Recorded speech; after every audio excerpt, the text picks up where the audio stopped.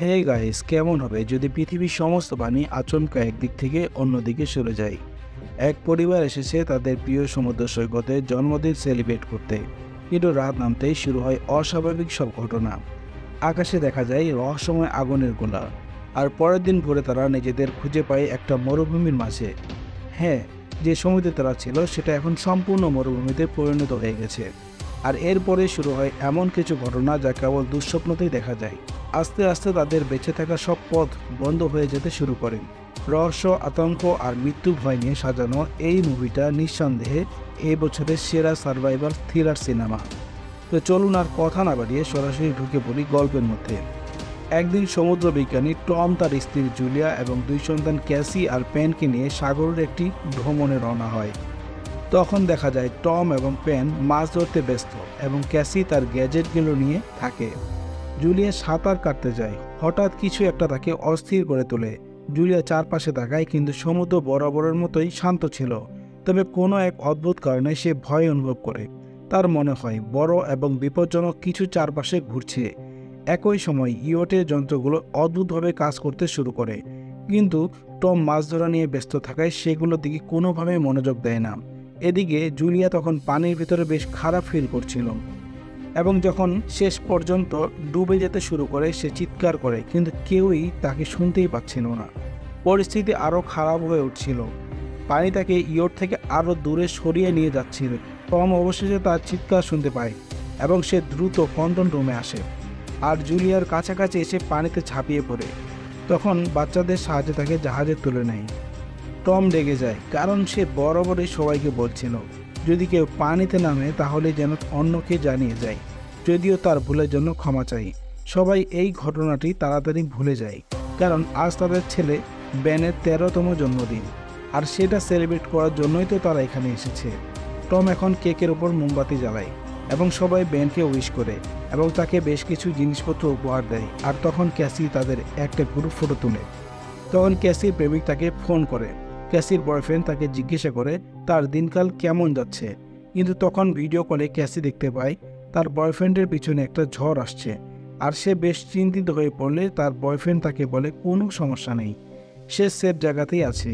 Cassie তখন তার বাবা মাকে ঝড়ের কথা বলে, কিন্তু তখনই সবাই জাহাজের কিছু একটা ধাক্কার অনুভব করে। সবাই ডেকের দিকে ছুটে যায় এবং ইয়টের চারপাশে বিশাল তিমির মৃতদেহ দেখতে পায়।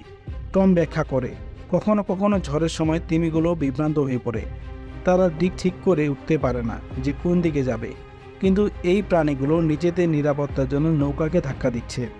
টম জলে ডুব দেয় তাদের জাহাজের কোনো ক্ষতি হয়েছে কিনা সেটা দেখার জন্য। যখন সে জাহাজে ফিরে আসে তখন দেখা যায় যে জাহাজের প্রপেলারের আঘাত লেগে তার কাঁধ কেটে গিয়েছে।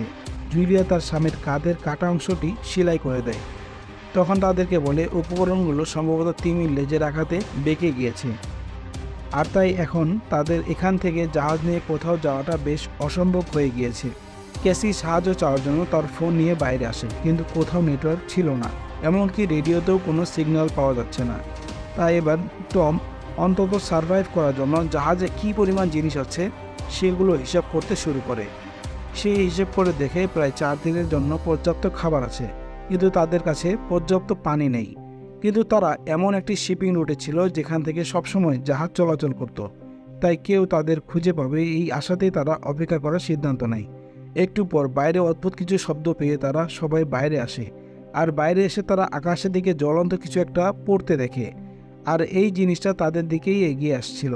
তারা বুঝতে পারছিল না এখন ঠিক কী করবে, কিন্তু টম তখন ঝুঁকি নিয়ে আবার ইঞ্জিন স্টার্ট করে, কারণ এখানে থাকলেই জ্বলন্ত জিনিসের আঘাতে তারা কেউই বাঁচবে না। তাই ইঞ্জিন একেবারে বিকল হয়ে যাবে জেনেও সেই জাস্ট কিছুটা সামনে এগিয়ে নিয়ে যায়, আর আকাশ থেকে পড়া উল্কা একদম তাদের পাশে এসে সাগরে পড়ে। একটুর জন্য বেঁচে গিয়েছে। ভালোভাবে খেয়াল করার পর তারা বুঝতে পারে আসলে এটা কোনো উল্কা ছিল না, বরং এটা একটা স্যাটেলাইট, আর এই কারণেই পাশে কোথাও কোনো সিগন্যাল পাওয়া যাচ্ছে না। কিন্তু কি এমন হলো যে হঠাৎ করে আকাশ থেকে স্যাটেলাইট খসে পড়ছে, তারা কিছুই বুঝে উঠতে পারছিল না কি হচ্ছে তাদের সাথে। তাদের জাহাজের যন্ত্রপাতিগুলো অদ্ভুত আচরণ করতে থাকে, এমনকি কম্পাস একাই একাই ঘুরছিল। সবাই ভয় পেয়ে লাইফ জ্যাকেট পরে নেয়, কারণ তারা ভাবছিল হয়তো বড় কোনো ঝড় আসতে পারে। তাই তারা সবচেয়ে খারাপ কিছুর জন্য নিজেদেরকে প্রস্তুত করতে থাকে। হঠাৎ করে তাদের সবার মাথা ঘুরতে থাকে এবং বমি বমি ভাব হতে থাকে। টম তখন একটা ফেভার বন্দুক দিয়ে সাহায্যের জন্য সংকেত দেওয়ার চেষ্টা করে। সব চেষ্টাই বৃথা হয়ে যায়। অনেক ভয়ঙ্কর একটা রাত কাটিয়ে যখন সকালবেলা সবার জ্ঞান ফেরে, টম দেখতে পায় তাদের জাহাজের এক পাশে অনেক বড় একটা ছিদ্র হয়ে গিয়েছে।